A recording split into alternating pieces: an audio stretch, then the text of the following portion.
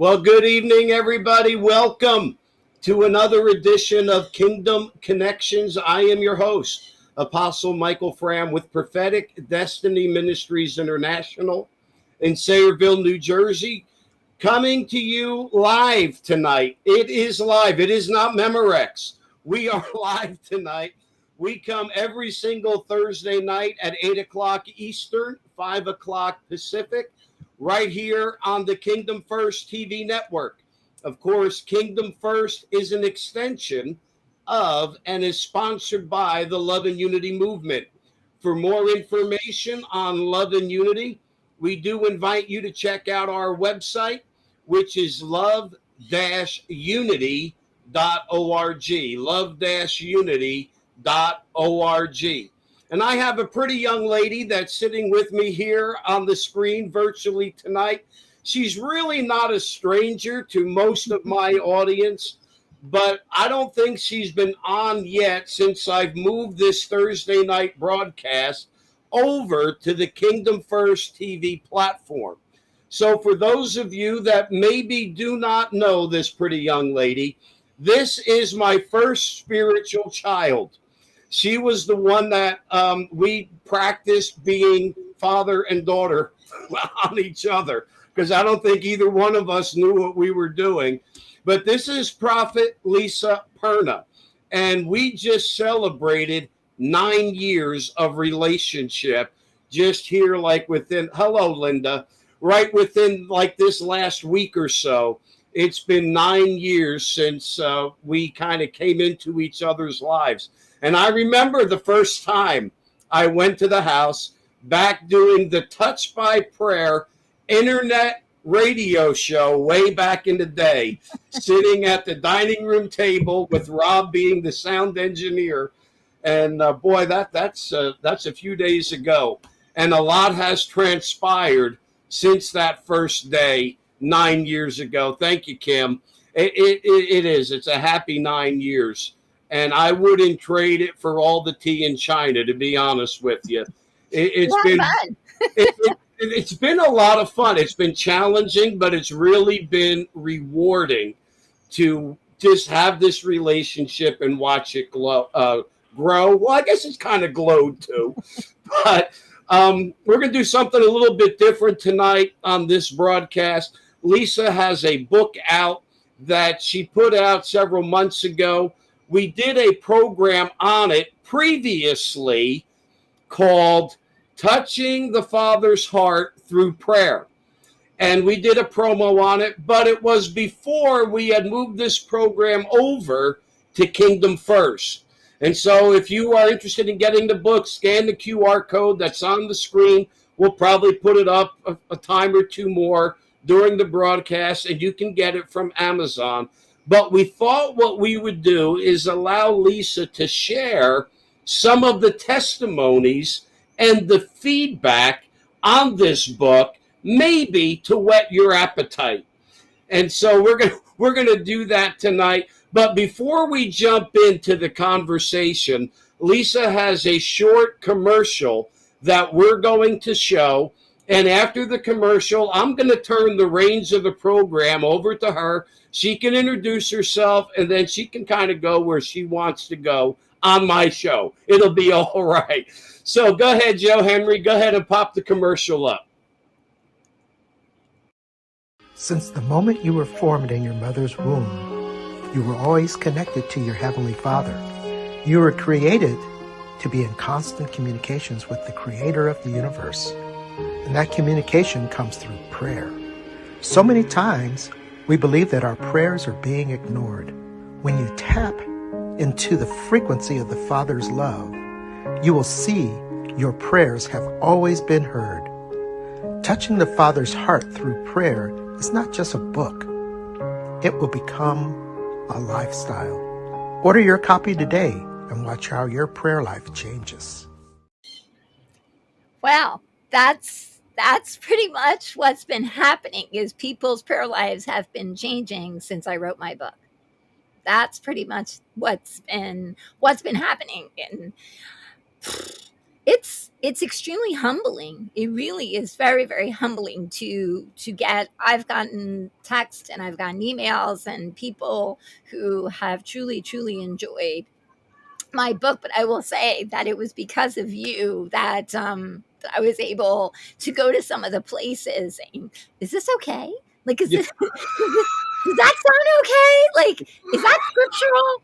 Like, is that does that make sense? Like everything that I did in touching the Father's heart through prayer." I was always looking for my spiritual mother and my spiritual father to go and to help me to make sure that it was okay. Because there's something you don't want to do, and that's you don't want to mislead somebody.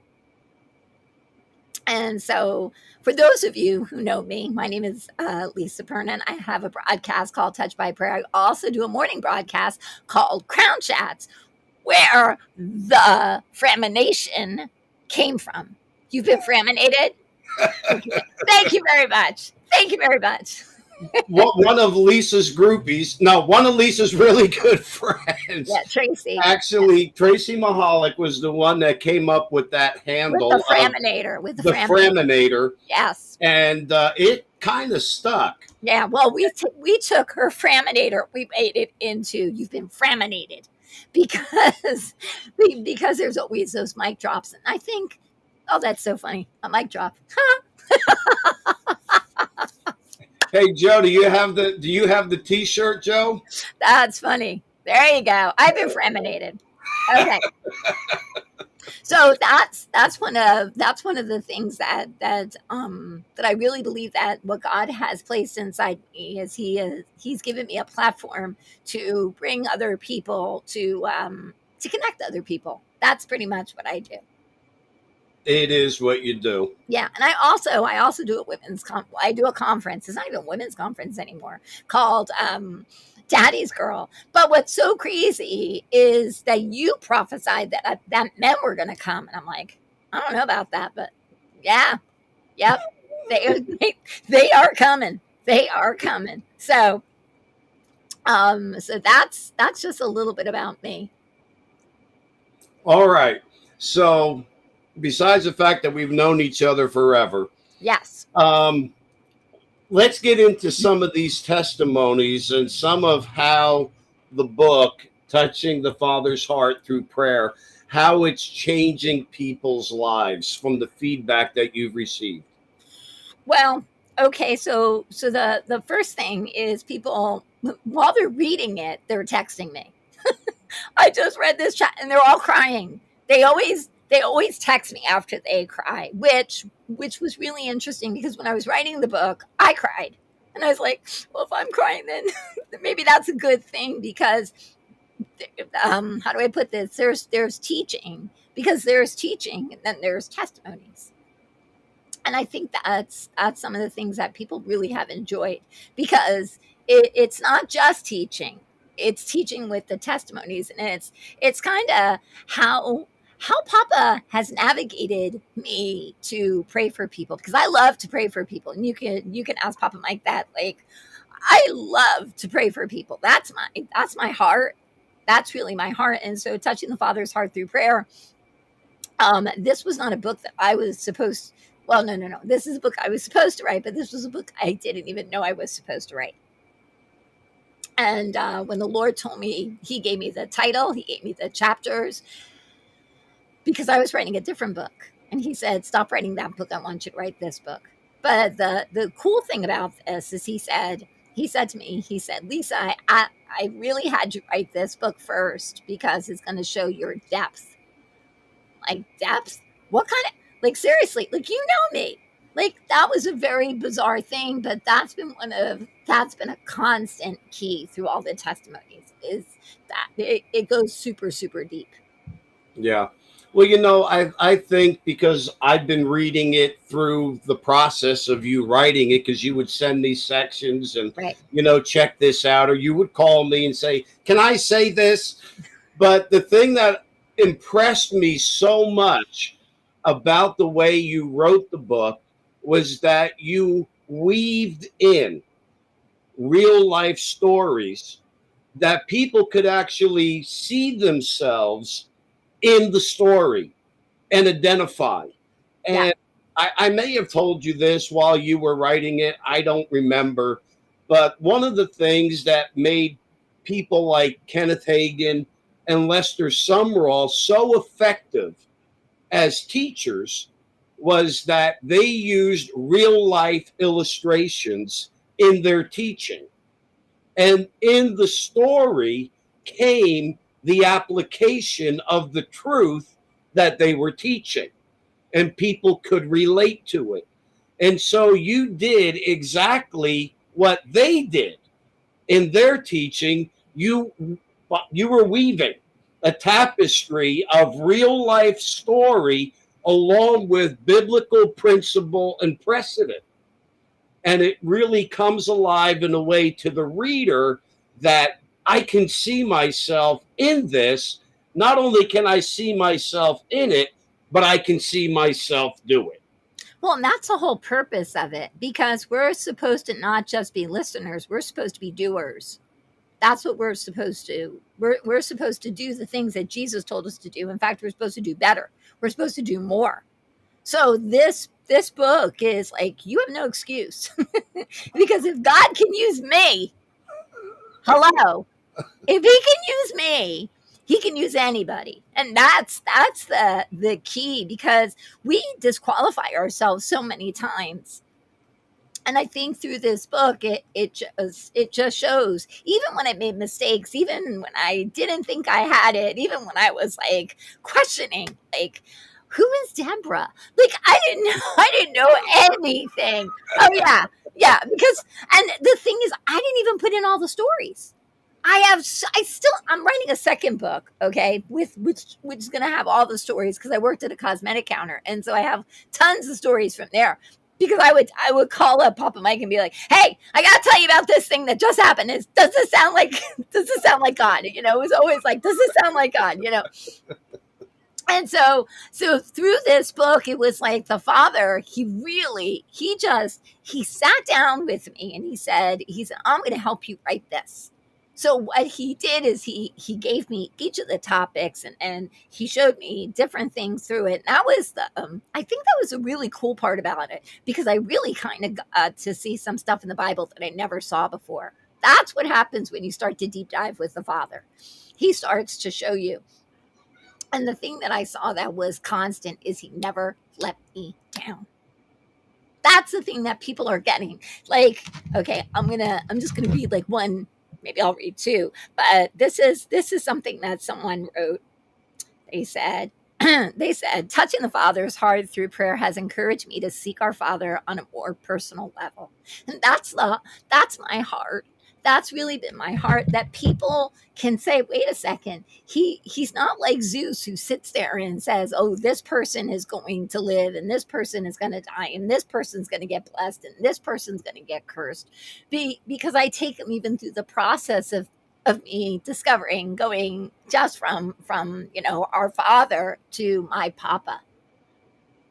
So yeah. I walk people through that process, because I think when you go from our Father to my Papa, there's a huge change. There's a huge change in your prayer life. All right. Since you just let that cat out of the bag, elaborate, please. What meanest thou when you say going from our Father to my Papa? Well, because our Father is something that Jesus told the disciples to pray. He said, when you pray, pray like this. He says to pray, our Father who art in heaven. Okay, that's fantastic. But there still has to be a personalization. Like, we can call him our Father who art in heaven, but still not see him as our Father. And so he took me through a process of calling him like God, the Father, to Daddy. Hence, that's where Daddy's Girl came from. To now I call him Papa, which is something I swore I would never do. I was never, ever going to call him Papa. I said, I'm not going to call. It's weird. I'm not doing it. And now I'm like, I'm so sorry, Papa, because he takes you. Yeah, I remember you weren't going to call me Papa either. Yeah, exactly. Well, because there has to be a couple of things that get established. Okay. like to even call like somebody daddy. I don't call anybody daddy except for my earthly father who's now with the Lord. Right. Okay. And Papa. That's it. And there are times I call him Papa or I call him Daddy.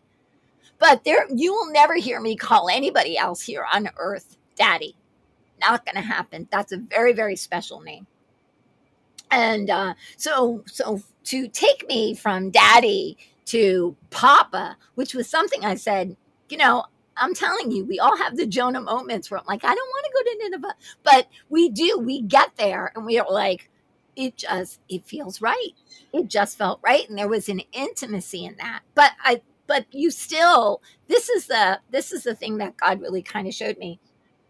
He said that when if we have a father who's a judge, okay, he's a judge in a courtroom. Okay, if I go in to the courtroom while he is behind that bench, okay, I still have to address him as your honor. I have to. I Right. cannot call him dad. I cannot call him daddy. I can't call him papa. I got to talk to him as your honor. Okay.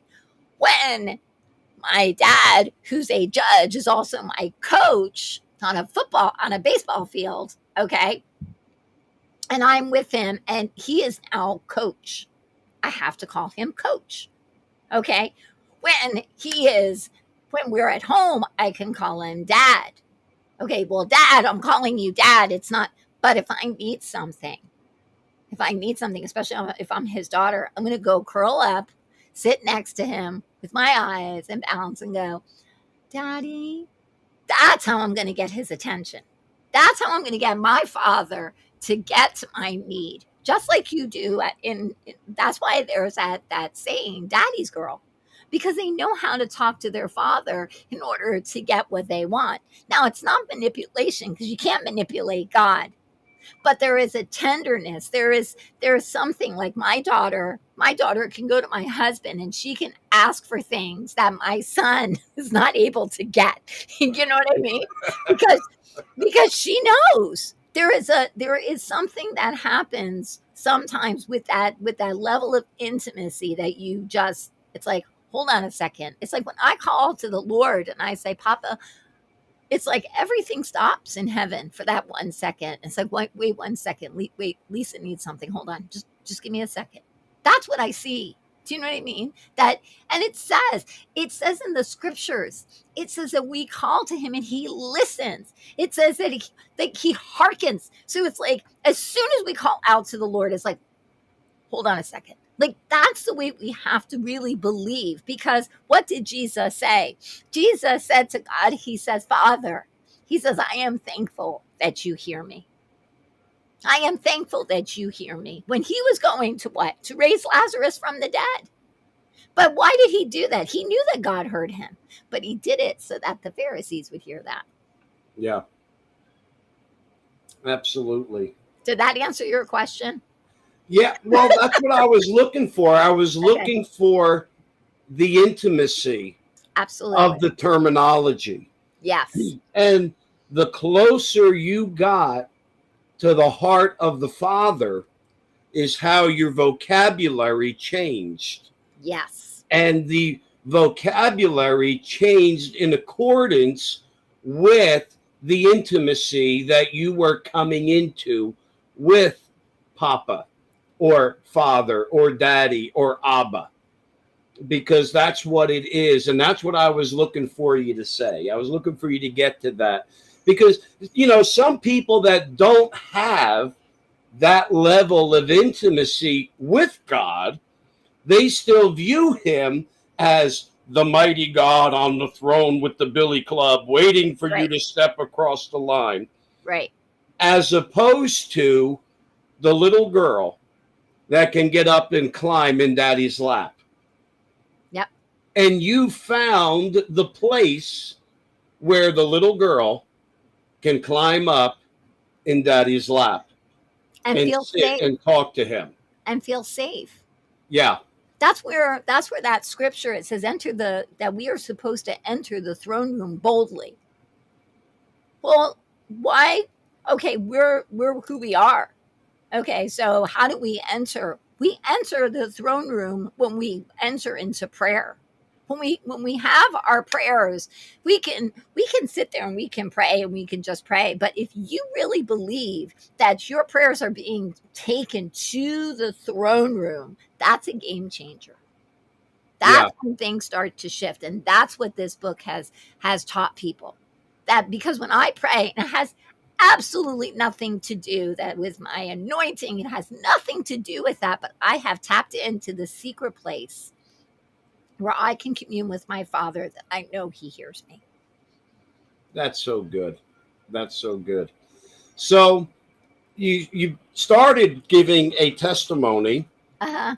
and then you kind of got diverted. I did, because I squirrel, but that's okay. You love me anyway. Okay, so this is You're right. You're right. I'm just being honest. I know. See, you have to know your tribe. You have to know the people. You go where you are celebrated, not tolerated.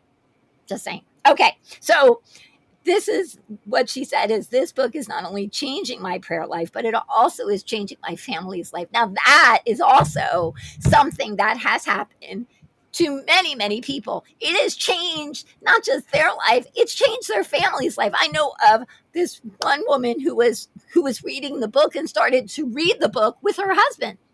And the husband's like, well, that's I like that. Okay. All right. And so they're reading my book together. People have taken my book and they did a Bible study with my book.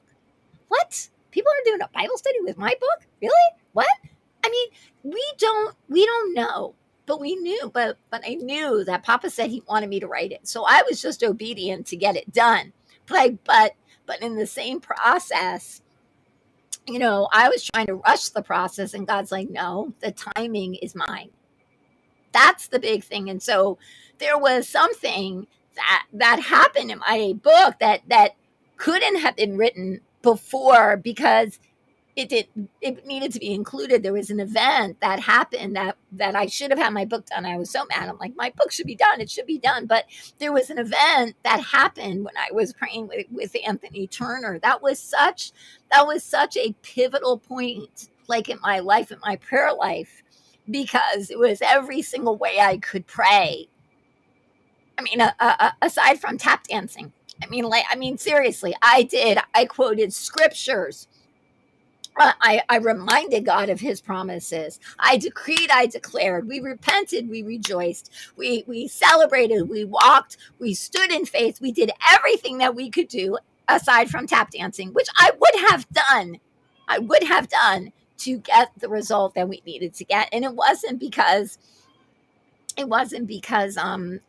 was trying to prove something, but because my heart was breaking for someone who was there to do something that they couldn't do. And my heart became so filled with love that I felt at that moment, it was such a supernatural thing, but I felt at that moment that there was no way that I was leaving until I got the result. I just wasn't. Are you talking about the event at Keswick last year? Yeah. I know because I know. Yeah.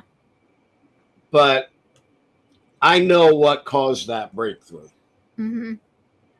And when you laid across Anthony's feet and began to weep, that's when it broke. Yeah. That was like the straw that broke the camel's back. It was all over. It was all over. I didn't even know him. But that was the moment that got him the breakthrough that he needed.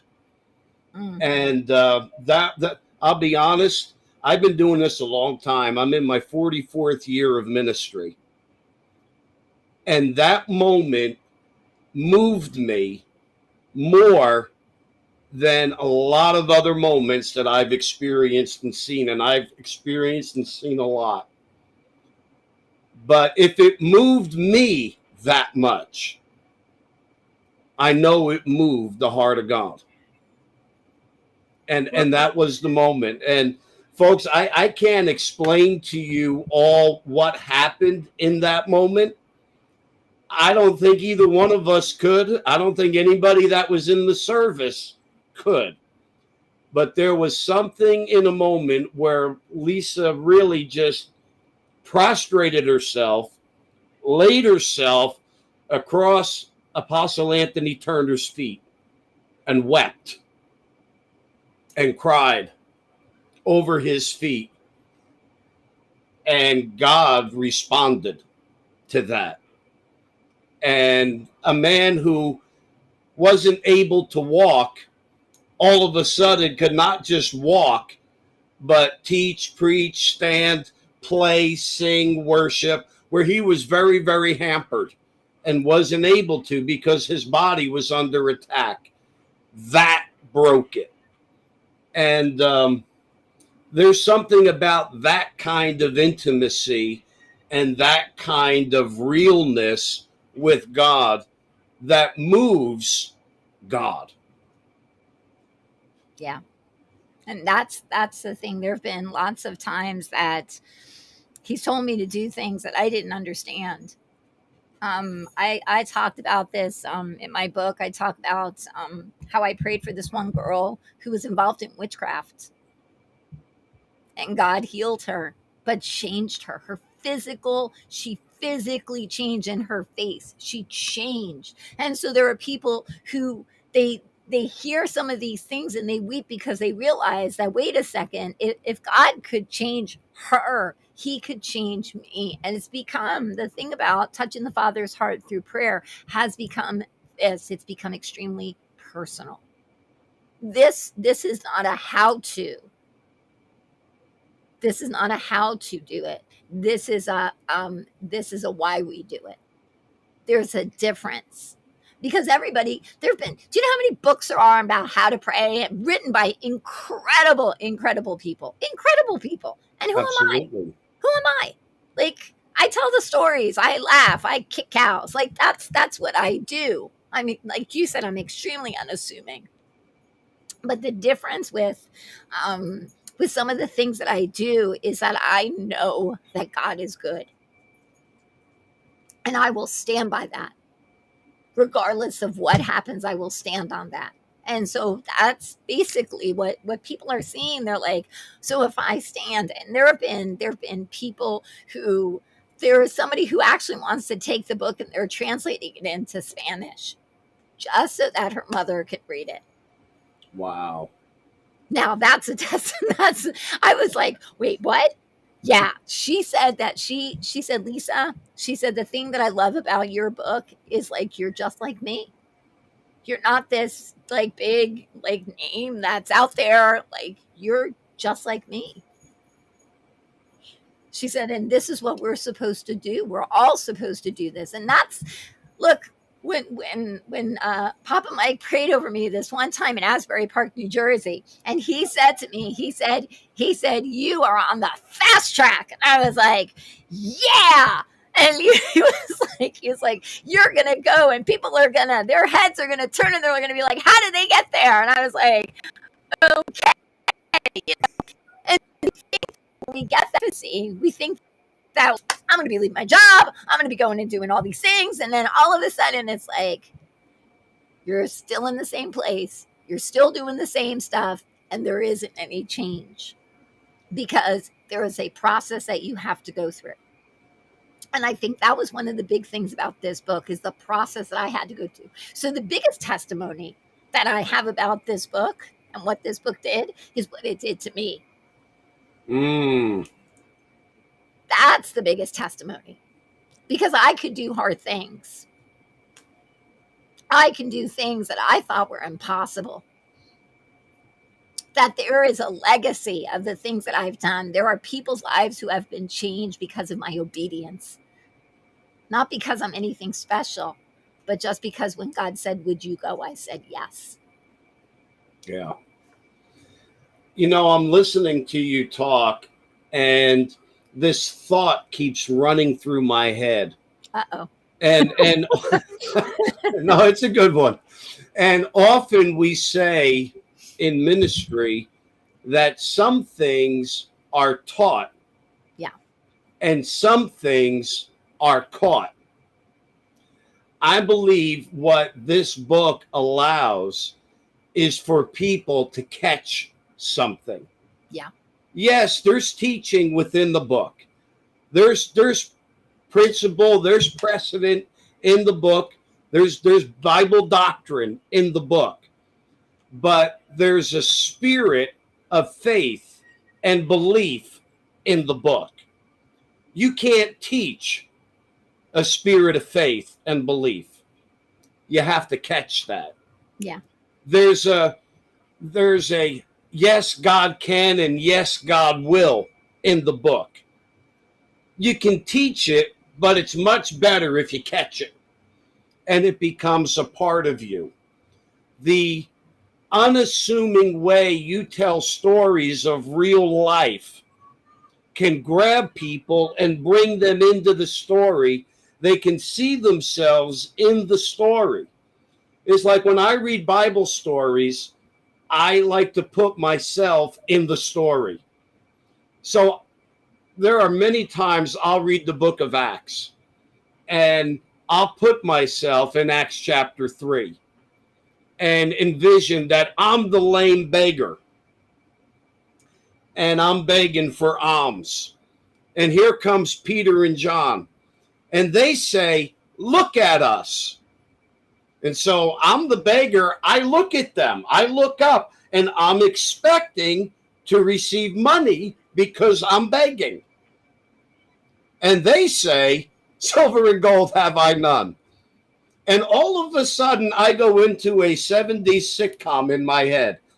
"What you talking about, Willis, you jive turkey? What you telling me look at you for? You ain't got no money."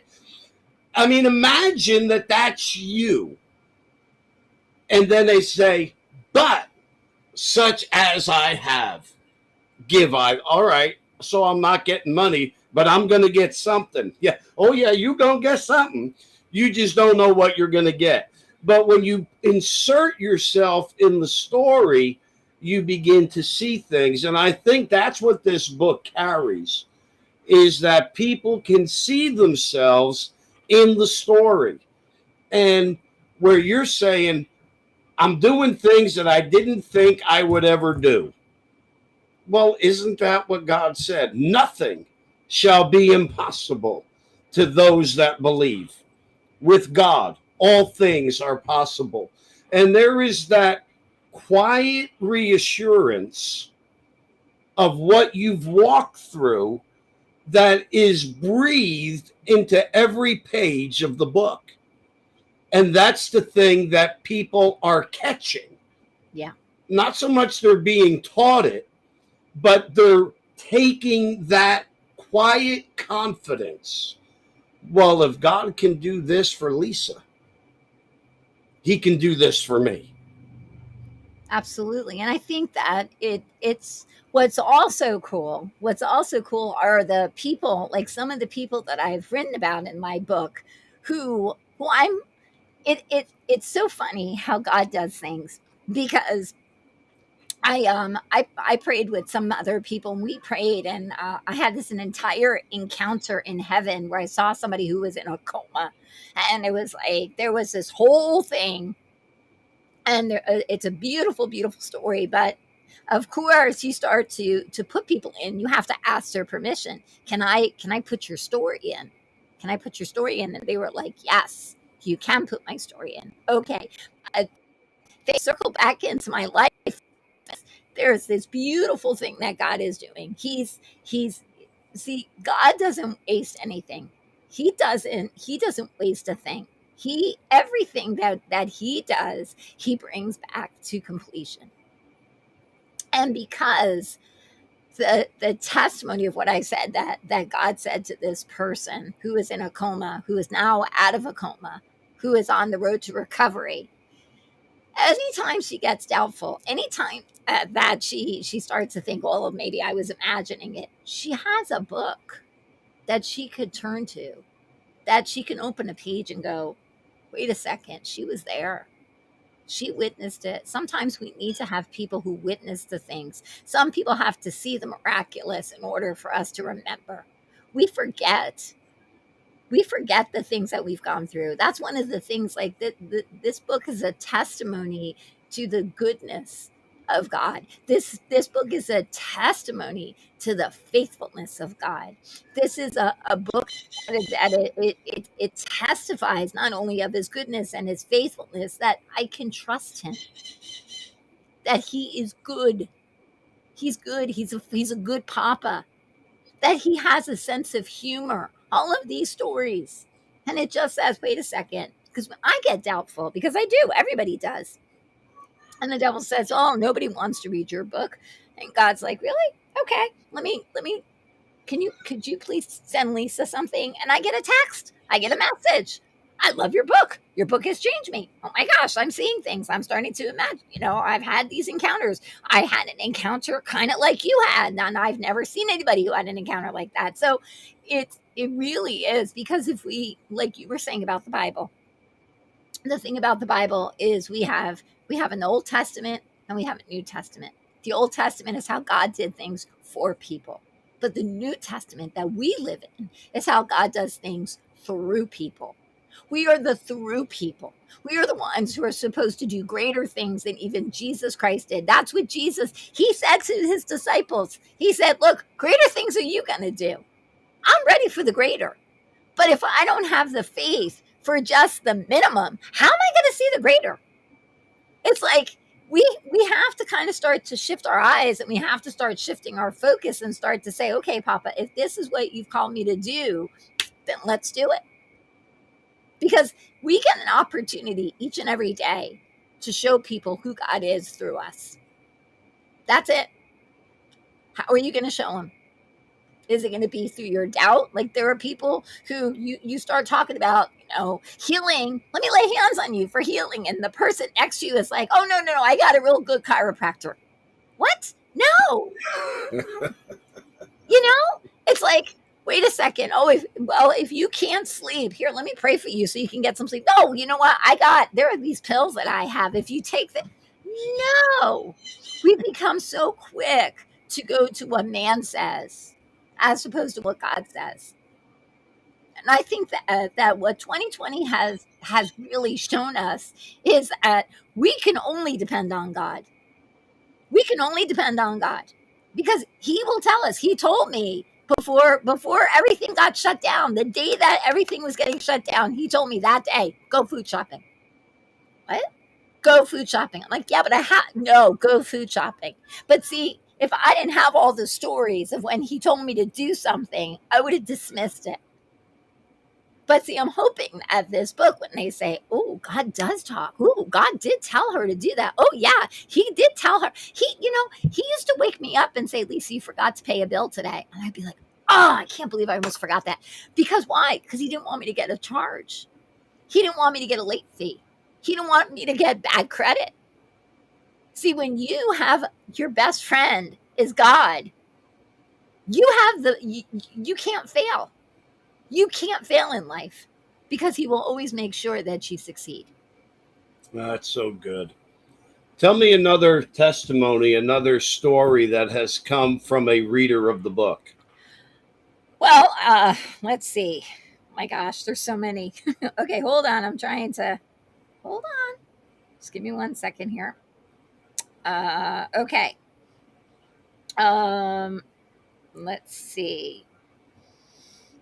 Okay, Lisa in her book, Touching the Father's Heart Through Prayer, has made a huge difference in the ways, places, and times that I pray. I find myself praying daily, and if not almost hourly, in many different ways. And I believe my Father hears my prayers to him. In fact, I found Lisa's book so helpful in developing my own prayer life. I recently sent a copy to a very dear friend, a powerful sister in faith who has been very pleased with what she's read so far. Wow. Change the way I pray, how often I pray, not just daily, but almost hourly. That's what we're supposed to do. Well, yeah, but not everybody does. I know, but like when I worked in the cosmetic counter, I would if I wasn't talking, I was praying. That's just the way it was. And because of that, I saw miracles. I saw things happening did you hear what just happened? And call him like, you got a couple minutes? He's like, okay, I got to clear 3 hours because it's going to be a 3-hour conversation. Yeah, yeah, It's yeah. not. It's Lisa, not 15 Lisa minutes. speaks in code. If she says, "Do you have 10 minutes?" That means an hour. Mm, And if she says, "Do you have 20 minutes?" That's 2 hours. right. And if you have 30 minutes, that's 3 hours. That's right. Just just add a zero. That's it. That's it. Well, because this is the thing. Okay, I truly believe iron sharpens iron. And so if you're going to hang out with people, you want to hang out with people who are sharper than you. That's Yeah, really what it comes down to. So what happened is when I got my prayer language, when I started to pray in tongues, I was like, I started having visions. I started to have like I'd see stuff. I went to a church one time and I said to a friend, I go, do demons go to church? And she's like, I don't know. I go, well, there's 3 over there. And so I started to see things. I started to know things. And I didn't even know. I didn't know what a prophet was. I didn't know what a prophet was. Are you kidding me? And when the Lord told me that I've called you to be a prophet, I said, I don't want to be a prophet. And he said, but the prophet is my very best friend. I went, okay, now I have to be a prophet. Great. Now I have to be a prophet. Because I want to be your best friend. I want to be your best friend. And that's the thing. Think about the apostles. Think about the disciples. They wanted to be Jesus's best friend. And because of Holy Spirit, we can feel closer to God than probably anybody else in the Bible, except for maybe Abraham. Because Abraham had that beautiful relationship. But think about it. Think about all the people who they didn't have the Holy Spirit inside of them, where we can know, we can feel, we can sense. He can call us. Come and spend some time with me. Okay. Let me tell you about this. Okay. I'm going to talk to you about trees. What? Okay. All right. Talk to me about trees. Like whatever he wants to talk about, I'm very willing to hear. But this is one of the things that I keep saying is like, oh, Lord, like, I don't know. This does, like, even writing this book is like, I don't know. What if people don't like it? He's like, do you think that people aren't going to like it? I'm like, I don't know. I don't know. I don't know if I have what it takes. He's like, am I helping you do it? I was like, well, yeah. He's like, then you're going to be okay. Because why? Because God will not be mocked. We have to remember that. Like, we don't look as long as, okay, I am going to share something about my book. I don't think I've even shared this with you personally. I might have, but I don't know. I was really having a hard time with like when my book first came out, because when you write, it's so different. It's so different when you write as opposed to talk. Because when you talk and you can see people's faces and their expressions, you can kind of explain yourself. But when you're writing a book, you can't really do that. It's like whatever is written is what it's going to be, and people are going to interpret it how they're going to interpret it. You can't backpedal with it. It's like, there it is. And so I was really having a hard time with it. And Jesus, I was at a church and I was worshiping, and I saw Jesus in a vision, and he looked at me and he said, "Look at me, Lisa." And I'm kind of like down, and he goes, "Look at me." And so I looked at him, and with that, I was taken to the throne room, and there was King Jesus, and he was standing before the Father, and I was right there. I was like, okay. And Jesus was not looking at me. He was just looking at the Father. And then suddenly, on the second step, my book appeared. And I was like, ooh, why is my book in heaven? Why is my book in heaven? Why is my book in heaven? And then all of a sudden, the book burst into flames. Poof. And I'm watching Jesus, and Jesus is watching my book. And the Father is watching everybody's watching my book. And I'm looking at my book like, oh no, what did I do? And when it burned, this angel came and it scooped it all up, and I went over and it measured it.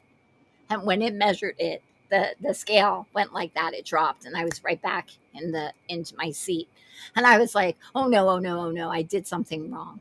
And I actually had to go through, and I went and I researched and I prayed. And it says that, I'm trying to remember the verse, it just escaped me, but it says it's in the New Testament. Hold on.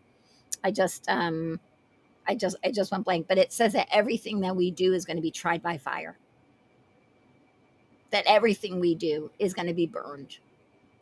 And if there's nothing left, that's going to be our reward. But even though it burned, there was something left. And so even if it doesn't, it doesn't touch people, it touched the Father. Because when it was burned and it was offered, it was still pleasing because there was something left. So my feeling now is like, okay, he's happy. I'm good. So it's like, I'm like, okay, because really, like we can start to build things, and we can start to, thank you, 1 Corinthians 3. Thank you, Dave. Thank you. I just went like, because I wasn't going to talk about it. And then I saw it and I was like, okay, you want me to talk about it? Okay. So, I'm only saying that is because everything that we do, our ministries and our books and our videos and our teachings and everything that we have is going to be tried by fire. Everything. And so as long as there's something left, as long as there is something, then we know it pleases the Lord. And that's why we do what we do.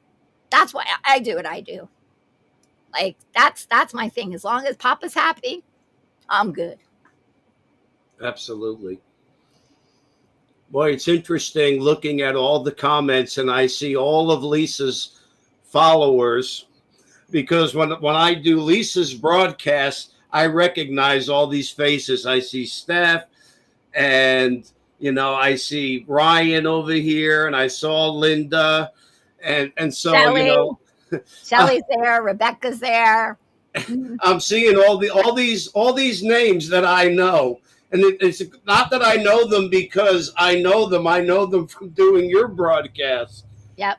From doing both Touched by Prayer and by doing Crown Chats. So it's kind of like I'm watching one.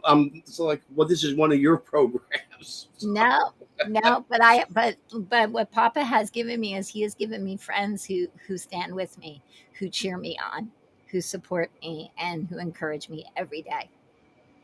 Oh, absolutely. Including you. Oh, yeah. But that's what fathers do. Mm-hmm. Mm-hmm. Give me one more story, one more testimony from the book. Okay.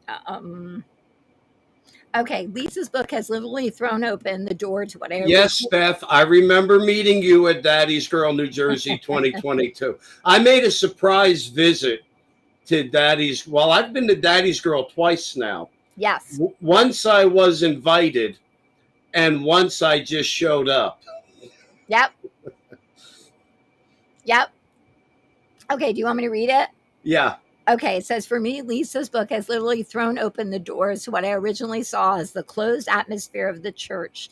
And it has shown me that prayer to our Father in heaven can and really should be an ongoing conversation between a loving father and his beloved child, occurring anytime, anywhere, 24/7, 365 days a year. Knowing I have access to God outside of a formal church building and can pray informally and can be heard by him has been something of a revolutionary concept to accept. I also think the written prayers available within the book have helped me to develop ways to pray that are easiest and most comfortable for me. Wow. That's great. That's absolutely great that people will get that realization. But, I guess when you think about it, some people do think, well, I've got to be in church to pray. Mm-hmm. They don't realize I can pray. I'm just laughing at the comments. I mess people up when I tell them that I do some of my best praying and get some of my best communion with God when I'm taking a shower. Absolutely. Because there's no distraction. It seems like when I'm driving and when I'm in the shower is when I get my best sermons. I got one just recently.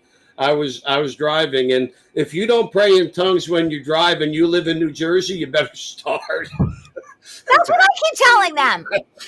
You really need to pray in tongues when you drive. Especially in New Jersey. And then there's angry tongues, just letting you know. Oh, yeah, there are. There absolutely are. But, just not long ago, it was within the last couple of weeks, and I was driving, and praying in tongues. And I was thinking about upcoming ministry assignments, just thinking about them and praying in tongues. And all of a sudden, out of my spirit, in a real loud, authoritative voice, I heard, "This one thing."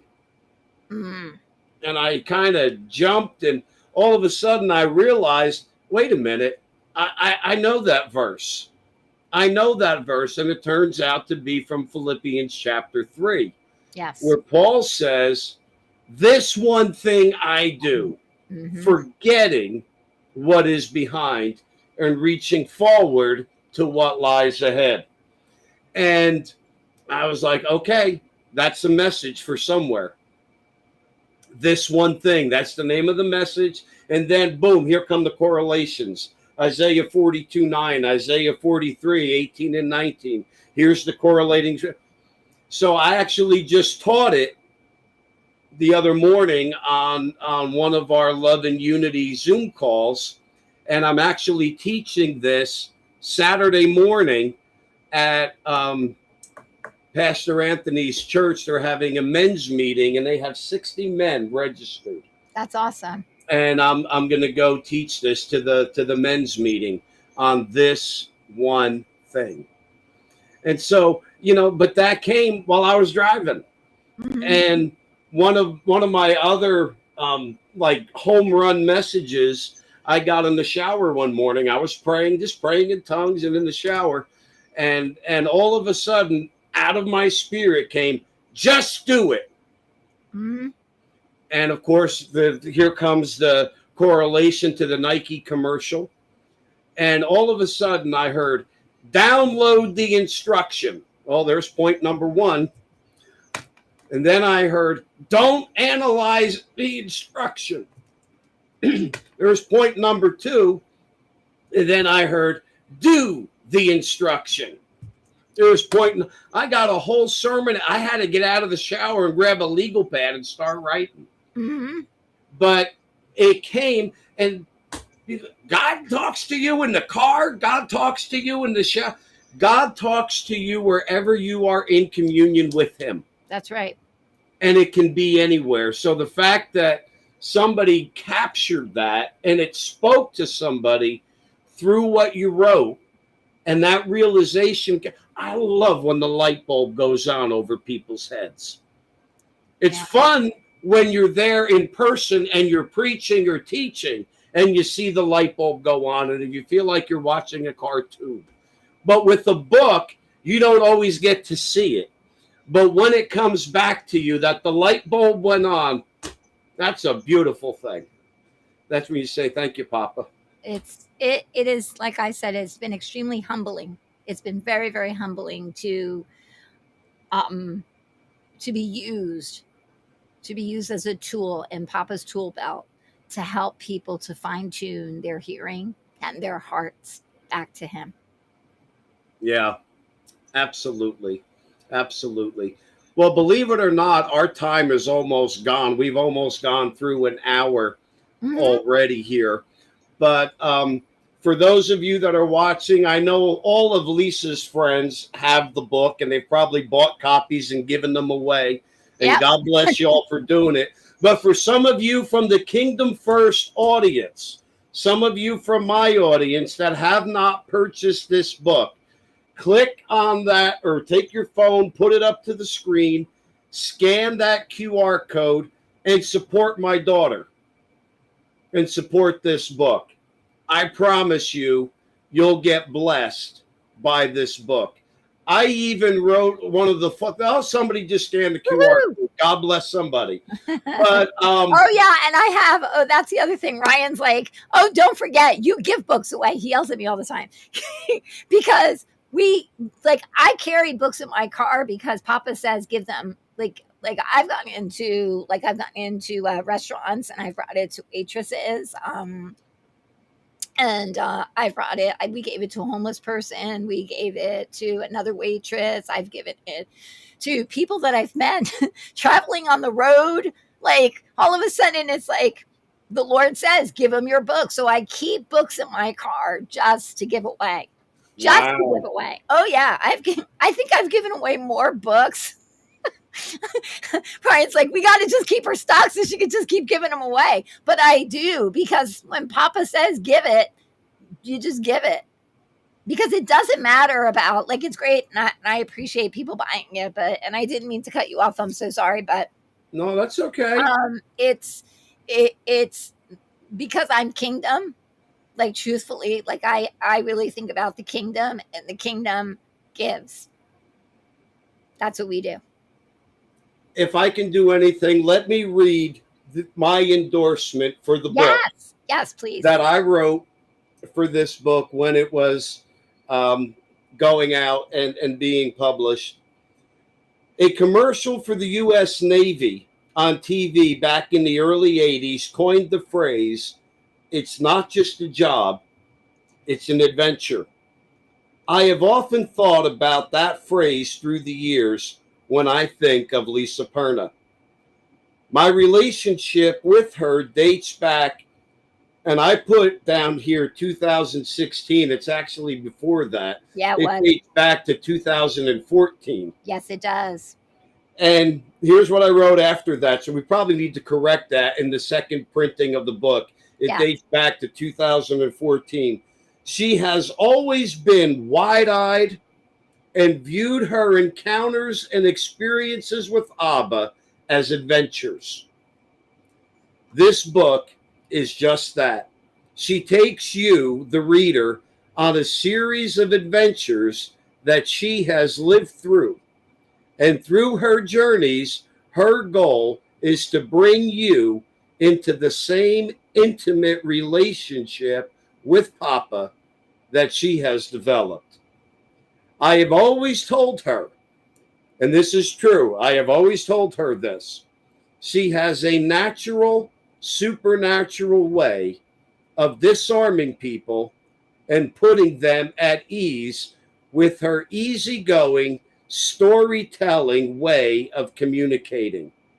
What you hold in your hands is a fantastic example of exactly that.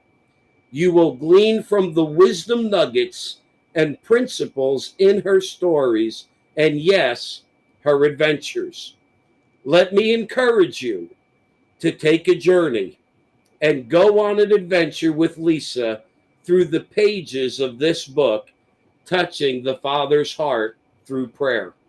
Aww. So that is a proud Papa's endorsement of his daughter and the work that she has done.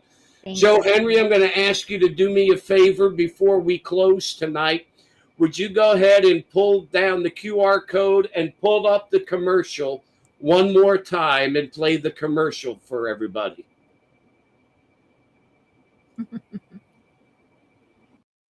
Since the moment you were formed in your mother's womb, you were always connected to your Heavenly Father. You were created to be in constant communications with the Creator of the universe. And that communication comes through prayer. So many times, we believe that our prayers are being ignored. When you tap into the frequency of the Father's love, you will see your prayers have always been heard. Touching the Father's heart through prayer is not just a book. It will become a lifestyle. Order your copy today and watch how your prayer life changes. Wow. It has a whole new meaning now, doesn't it? It really does, because it really has changed some people's prayer lives. Wow. Well, yeah. Honey, you know I'm real proud of you. Thank you. And it was an honor to commission you, or help commission you, Prophet, and to walk with you through all the stages and all the development. Let me just say this for those that are watching. Even though I gave her that prophetic word probably back in, I guess it was maybe 2015. Yeah. In Asbury Park, and I said, you're on the fast track. You know, that fast track really wasn't all that fast. No. it still was probably a good 5 or 6 years of ups and downs and ins and outs and problems and trials and victories and overcoming and crying and throwing in the towel. And I remember the one night, oh man, so vividly. And she called me up and she said, "Do I have to do this?" And I said, "No, you don't have to. But you'll never reach and fulfill the destiny that God has for you if you don't." And without even blinking or batting an eye, she said, "Ah, shoot. Now I got to do it." I will remember that for the rest of my life. Ah, shoot. Now I got to do it. Yeah. But boy, doing it, wasn't it worth it? It was. And he's so good. He's so good. And I'm so looking forward to more adventures with Papa. That's so good. That's so good. Well, folks, I'm so thrilled that she was here tonight and we got to talk about the book. I'm glad that somebody ordered the book tonight. I hope even others will order the book, even those that watch this later, because this goes out on Roku TV. It goes out on LG TV, on Apple Plus TV. It is on iHeartRadio. It is going to be on Spotify podcast. There's even a Kingdom First TV app that you can get either on your Android or your Apple device. And you can watch Kingdom First TV 24/7 if you want to. And so this will be re-aired over and over and over again. And so for those of you that are on one of the podcasts and you can't see the QR code, just go to Amazon and search for either Lisa Perna, yep, or search for Touching the Father's Heart Through Prayer. And you'll be able to pull it up on Amazon. And you'll be, since you couldn't see the QR code or the picture and you couldn't scan it, that's how you can get it. Folks, just a programming note for me. Before I do my programming note, talk about Daddy's Girl. That's upcoming, and dates, and if people are interested, how they can find out about it. Well, you can go to my website, which is touchedbyprayer.com. Daddy's Girl is going to be 7 years old. Woohoo! Can you believe that? 7 years. Can't believe it. So Daddy's Girls is basically, the Lord said to me that my daughters don't know how to be daughters, so you will teach them. I was like, okay. So I've been having these conferences, but it's kind of expanded from just the women, because now the husbands are coming. So this year at Daddy's Girls, September 22nd, 23rd, and 24th in Harvey Cedars, New Jersey, we are going to have a husband and wife who are going to be speaking at the conference. And we're also going to have a husband and wife who are going to be doing the worship. So God is definitely doing something. So it's called Following His Spirit. That's this year's theme. And it's myself. I have Apostle Kelly McCann. Yes, men are welcome if they're accompanied by a daughter of the King. Thank you, Ryan. Isn't that cute? So it's going to be fantastic. I have Michael and Gordana Van Vlyman who are going to be speaking. They have had encounters. They are the real deal. Like that's the other thing too. The people who have come have just been such a blessing to so many, and people have grown. Like that's the thing between my broadcast and Crown Chats, which you're going to be coming on soon, and Touched by Prayer you're going to be on next week. But that's the whole thing. It's the book is one thing, but there's so much more. There's so much more, because every day is a day to get to see a different facet of God, because He's like a diamond. And so we just turn them for you to see. Awesome. All right. So my programming note. Next week, next Tuesday night, I will be on Touched by Prayer with Lisa. So Yeah. we're doing a home and home series. Yes. So she was with me. I will be with her next Tuesday night. So all of you that watch Touched by Prayer, we'll be talking about my new book Yes. next week.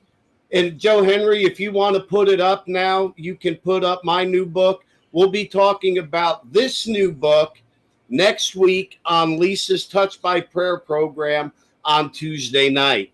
Also, next Thursday night on this broadcast, I will have a friend of mine that I haven't really been with in quite a few years, probably maybe since like we were in COVID.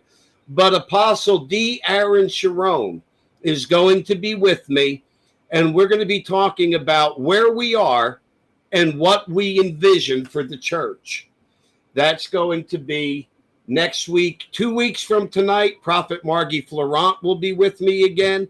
And then 3 weeks from tonight, I have rescheduled Dr. Mike Brown.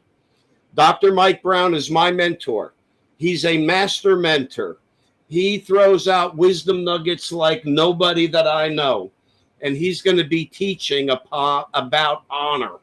And boy, does the body of Christ need to know about honor. So I would really mark your calendar for 3 weeks. It is going to be August the 17th when Dr. Mike Brown is with me talking about honor. I promise you do not want to miss it. In the immortal words of my dear brother, Dr. Don Hughes, God loves you and we love you. And there ain't nothing you could do about it. Good night, everybody. God bless you. We'll see you soon.